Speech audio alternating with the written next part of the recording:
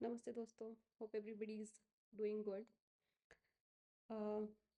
अतुल भैया के केस में जो लोग फॉलो कर रहे हैं चीज़ों को दुनिया में जो हो रही हैं आसपास, भारत में स्पेशली, उन्हें पता चला होगा कि उनकी वाइफ और उनके जो इन लॉज थे, उनकी मदर इन लॉ और ब्रदर इन लॉ को अरेस्ट कर लिया गया है और उनका बेल एप्लीकेशन पेंडिंग है। अब बेल एप्लीकेशन पर क्या हुआ है ये मुझे अभी तक पता नहीं चल पाया है। न्यूज़ में भी इतनी कुछ क्लैरिटी नहीं आई है। शायद बेल मूव एप्लीकेशन मूव हुआ है। अब देखिए कोर्ट का क्या डिसीजन होता है बेल एप्लीकेशन पर।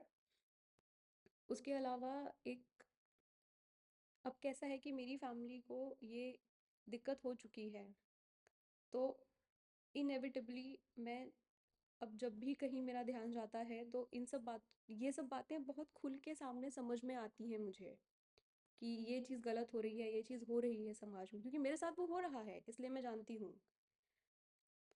एक ऐसे ही केस और सामने आया है अ, अरविंद कुमार जी का, जिनकी शादी शायद अक्टूबर 2023 में हुई थी, और मात्र 2 या 3 महीने साथ रहने के बाद उनकी वाइफ ने और उनके परिवार वालों ने इनको हैरेस करना शुरू कर दिया था।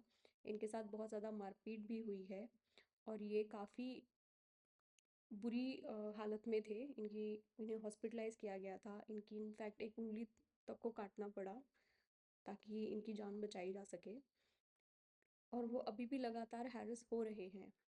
तो हम जिस समाज में रहते हैं उसमें सही गलत बहुत चीज़ें हो रही होती हैं, लेकिन उस समाज में रहते हुए अगर हम अपनी आंखें बंद कर लें, अगर किसी के साथ कुछ गलत हो रहा है, तो जो गलत कर रहा है वो तो गलत है, उससे ज़्यादा गलत हम बन जाते हैं। हमारे केस में सभी को पता है कि हमने कुछ नहीं किया, बट जिस स्थान की ये घटना है वहाँ से कोई हमारी तरफ से बोलने के लिए सामने नहीं आया। शायद इसीलिए हमें इंसाफ मिलने में इतना समय लग रहा है।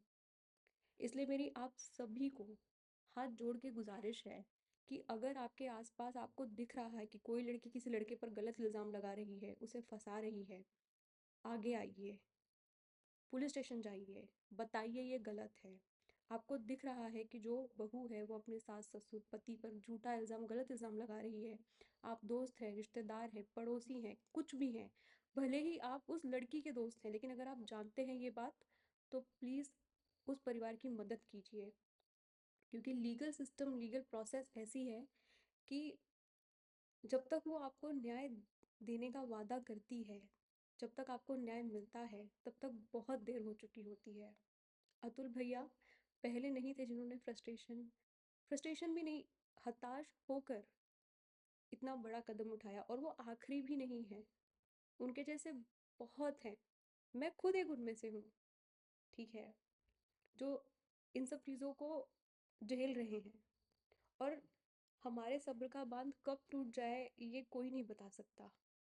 तो आपसे बस गुजारिश इतनी है कि अगर आपके सामने आपको दिख रहा है कि कुछ गलत हो रहा है, तो प्लीज़ अपनी आंखें देखकर उसे बंद मत कीजिए।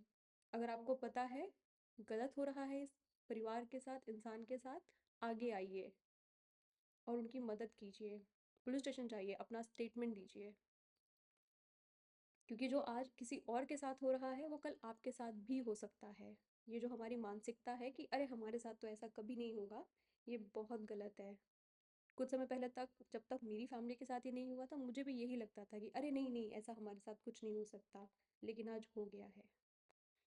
तो बस जितने भी लोगों जितने भी लोग मेरी आवाज़ सुन सकते हैं या जो देखते हैं, उनसे बस यही एक गुजारिश है कि अगर आपके आसपास आपको कुछ गलत होता हुआ दिख रहा है, तो आप पुलिस स्टेशन जाने से या कोर्ट में गवाही देने जाने से डरिए मत। 3.5 साल हो चुके हैं, 4 साल हो चुके हैं मुझे कोर्ट में दौड़ते दौड़ते, कुछ नहीं होता है। कोर्ट जाइए, पुलिस को जाइए। आपका एक सामाजिक तत्व होने के नाते ये कर्तव्य है कि आपको अगर दिख रहा है कि किसी इंसान के साथ कोई गलत दुर्घटना हो रही है, आप उसकी मदद करें। बस इतनी ही गुजारिश है सबसे। और जो वीडियो मैंने पिछली बार अपलोड किया था उस पर बहुत सारे लोगों की बहुत सारी प्रतिक्रियाएं मिली, उन सबको मेरा हाथ जोड़ के बहुत धन्यवाद है। Thank you so much for such a good response, such words of encouragement. It really helps. So once again, thank you.